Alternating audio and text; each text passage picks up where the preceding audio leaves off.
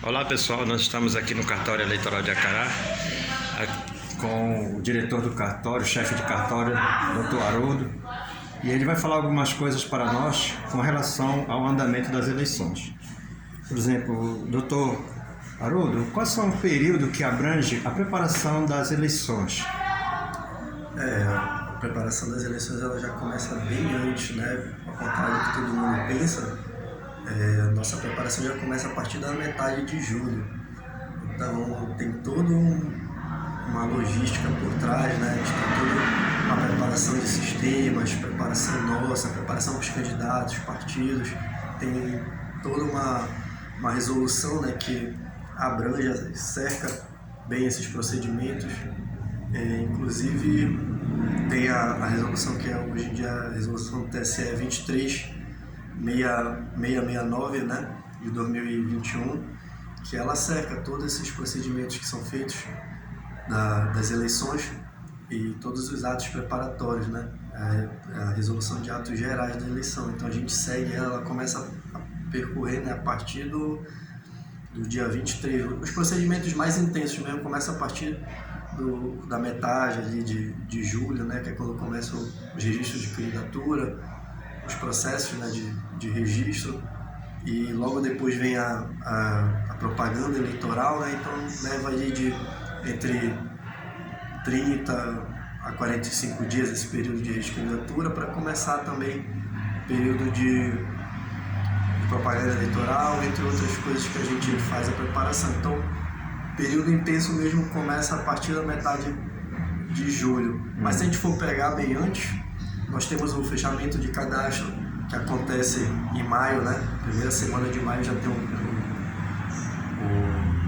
o fechamento de cadastro, então você vê que também já começa bem antes, ao contrário do que todo mundo pensa, né?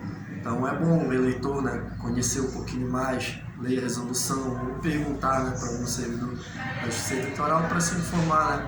Então é bom ter essa informação para que a gente chegue nesse entendimento e que a gente conheça como funciona, né, nosso período eleitoral por trás das câmeras, nos bastidores.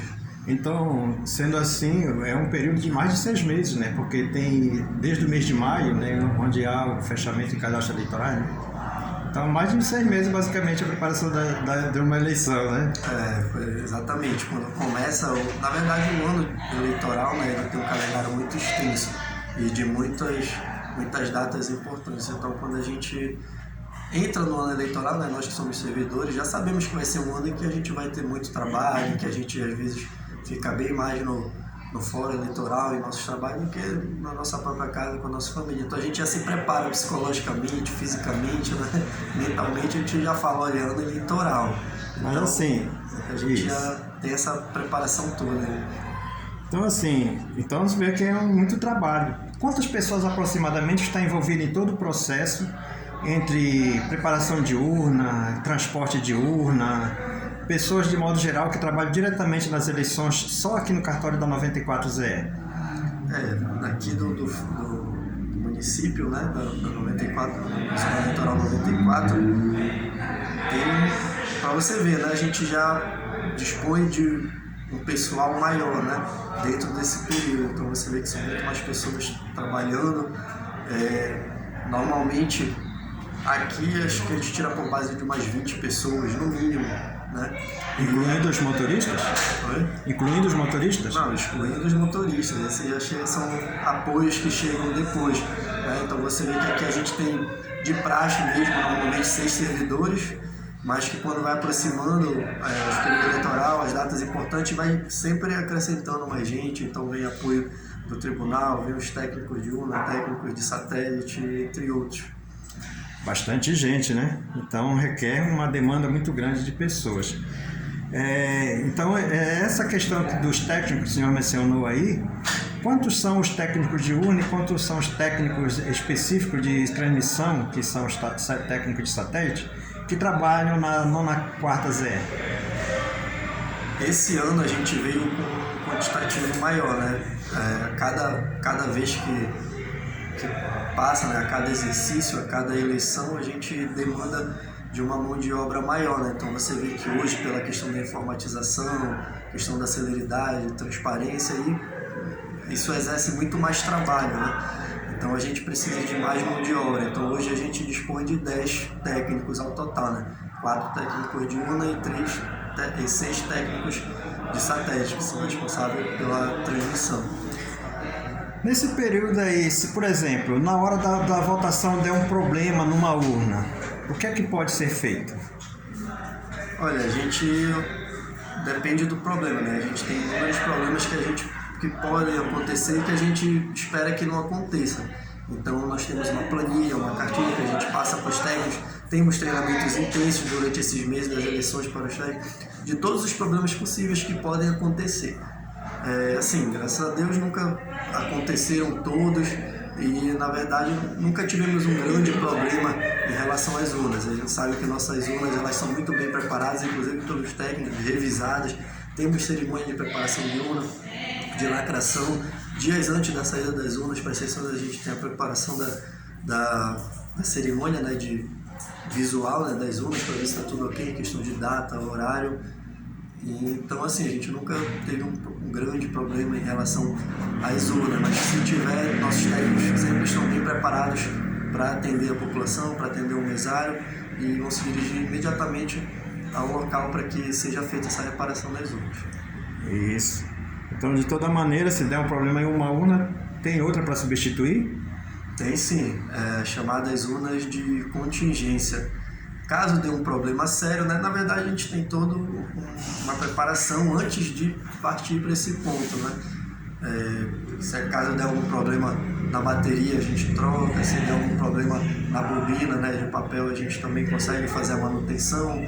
Se a onda desligar, a gente também tem todo um protocolo que a gente segue antes de chegar na contingência. Caso nenhum desses problemas sejam resolvidos, a gente não consiga sanar, a gente faz a troca da urna. Quando a gente passa as informações até então dessa urna, né, as mídias, para uma outra urna que a gente chama de contingência, que já está preparada para receber os dados dessa que estava, e ela vai assumir o lugar dela, sem prejuízo nenhum de voto, nem de qualquer outra de sistemas. Ela está ali, se chama urna de contingência. Na preparação de urna a gente prepara essas urnas para caso algum defeito em outra a gente possa fazer essa reparação.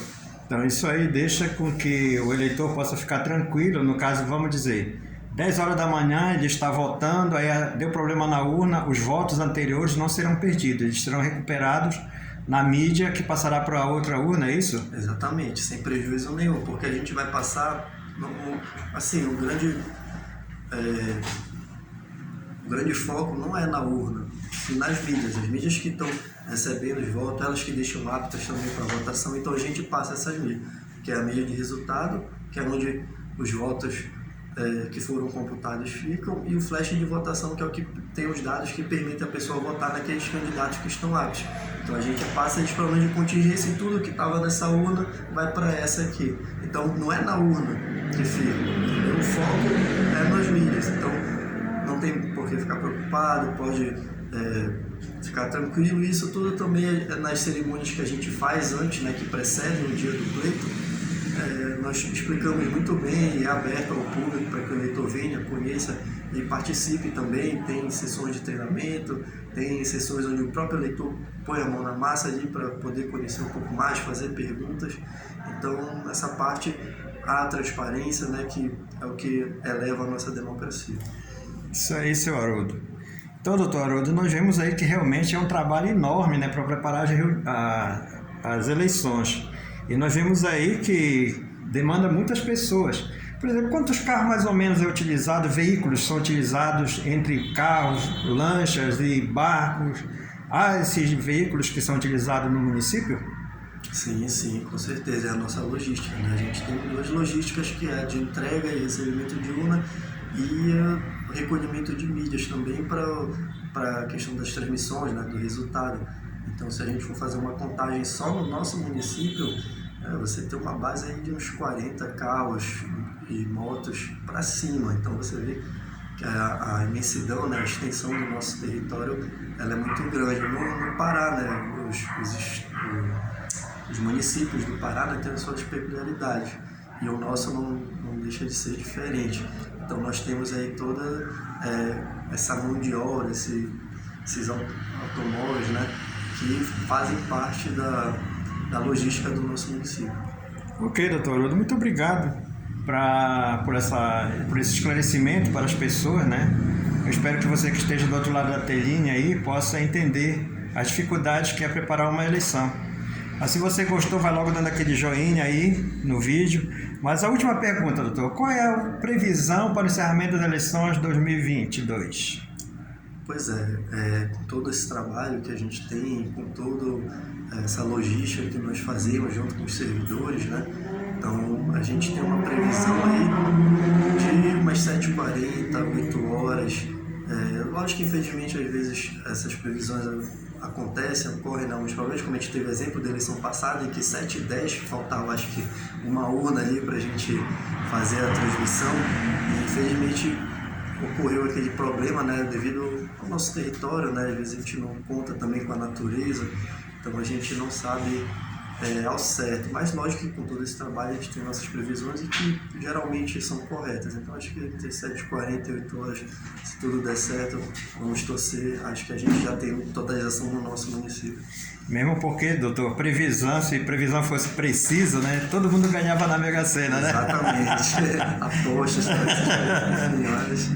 Tá certo, então muito obrigado, tá? Agradeço. Que possa ocorrer tudo bem nessas eleições aí. Valeu?